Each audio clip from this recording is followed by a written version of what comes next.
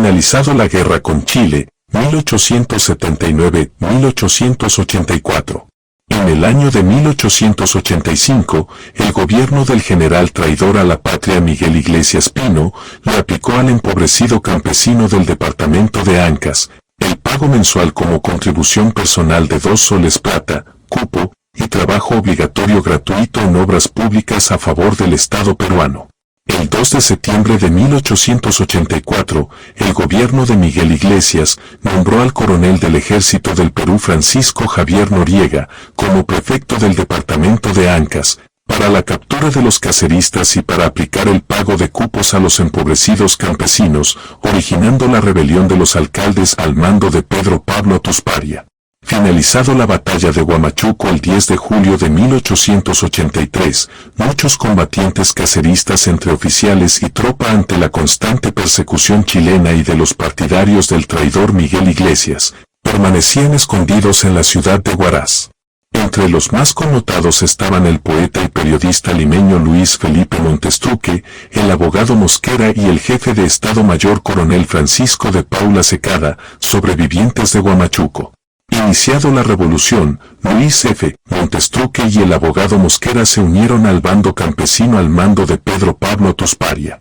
Capturado Tusparia, aparece otro cacerista en la contienda, el minero Pedro Celestino Cochachín de la Cruz Huarca, más conocido por su alias de Uchcupedro. No hay que olvidar que el guerrillero Uchcupedro participó en la batalla de Huamachuco el 10 de julio de 1883 al mando de guerrilleros ancasinos, combatiendo con heroísmo en la llanura de Purumpampa y en las faldas del Cerro Sazón, contra las tropas invasoras de Chile al mando del coronel Gorostiaga y sus aliados peruanos.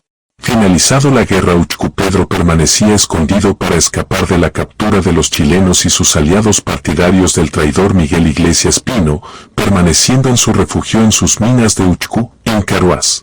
Cuando fracasó la primera etapa de la revolución al mando de Pedro Pablo Tusparia, en el mes de mayo 1885 se atrincheró en la Cordillera Negra. Por largos meses resistió el ataque de las fuerzas del gobierno de Miguel Iglesias, esperó el apoyo de Cáceres que nunca llegó. El lugar de nacimiento del bravo guerrillero de la segunda fase de la sublevación campesina de 1885 en el departamento de Ancas, se prueba con su partida de bautismo que se encuentra inscrita en el libro número 4, página 40 de la parroquia de San Pedro del distrito de Caruás, que dice que en el año del Señor de 1835, en esta Santa Iglesia de San Pedro de Caruás a 5 de septiembre, yo el infrascrito teniente de cura exorcicé y puse óleo y crisma a Pedro Celestino, sig. de 3 meses, hijo legítimo de Mateo Cochachín y María de la Cruz, campesinos del pueblo, a quien bautizó el presbítero don Hilario Chávez. Fueron sus padrinos José Sotelo y María Cueva y testigo Manuel Boza, de que doy fe, Marcos Colonia. Finalizado la guerra con Chile, la burguesía guaracina y los mestizos, aliado con los partidarios del traidor Miguel Iglesias, continuaron con los mismos abusos de siglos. Para los campesinos la independencia nacional del 21 de julio de 1821 no significó nada ni les trajo ningún cambio social, sobre todo en la educación y salud.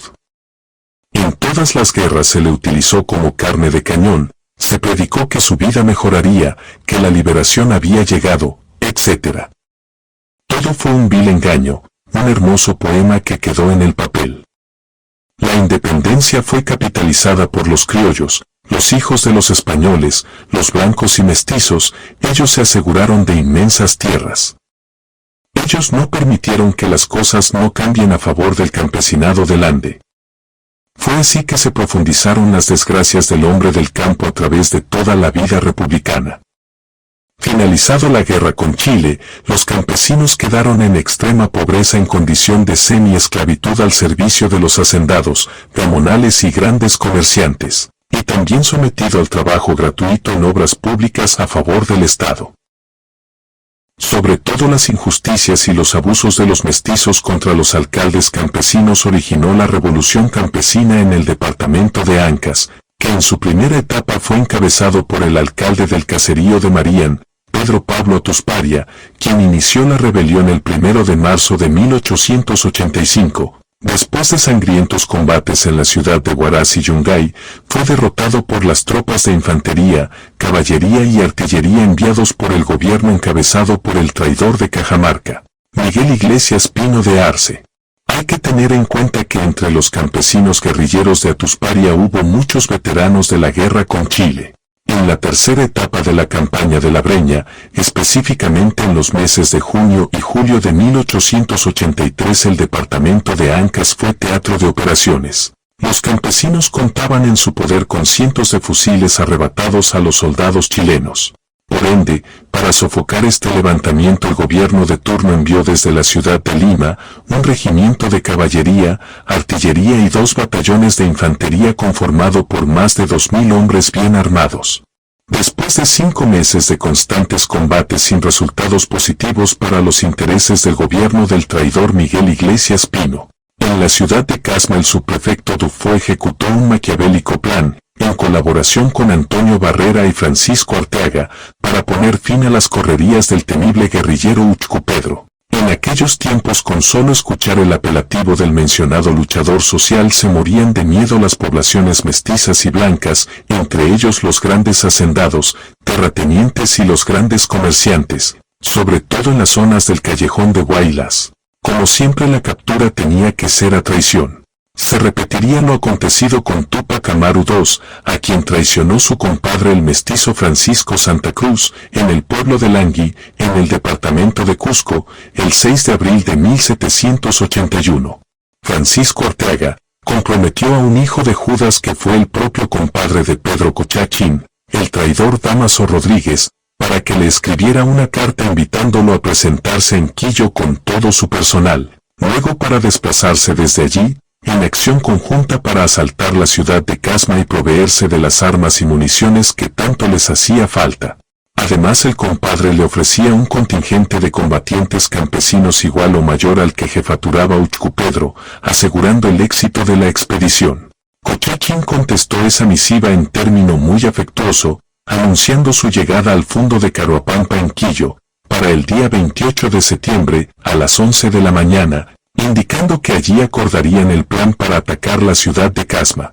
Otra versión, proporcionada por su hijo Manuel, sostiene que Uxcupedro fue invitado para festejar el corte de pelo de su ahijado, lo que es corroborado por la tradición lugareña.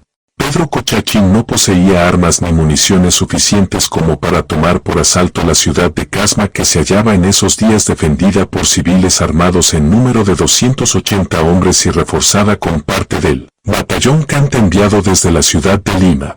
Francisco Arteaga, una vez en posesión de la respuesta, preparó sigilosamente a una selecta tropa de su entera confianza, 140 hombres, muchos de ellos siervos del fundo que poseía en Caruapampa, que le obedecían como a un señor feudal.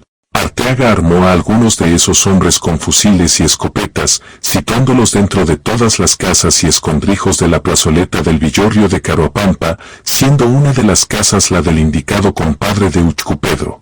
El día lunes 28 de septiembre, Pedro Cochachín, ignorando la artera emboscada, concurrió confiado a la cita fatal. Apareció en la cumbre del cerro acompañado de una pequeña escolta compuesta por 18 hombres de su entera confianza. Bajaron confiados con dirección a la casa del compadre. El compadre lo esperó en la puerta de su casa.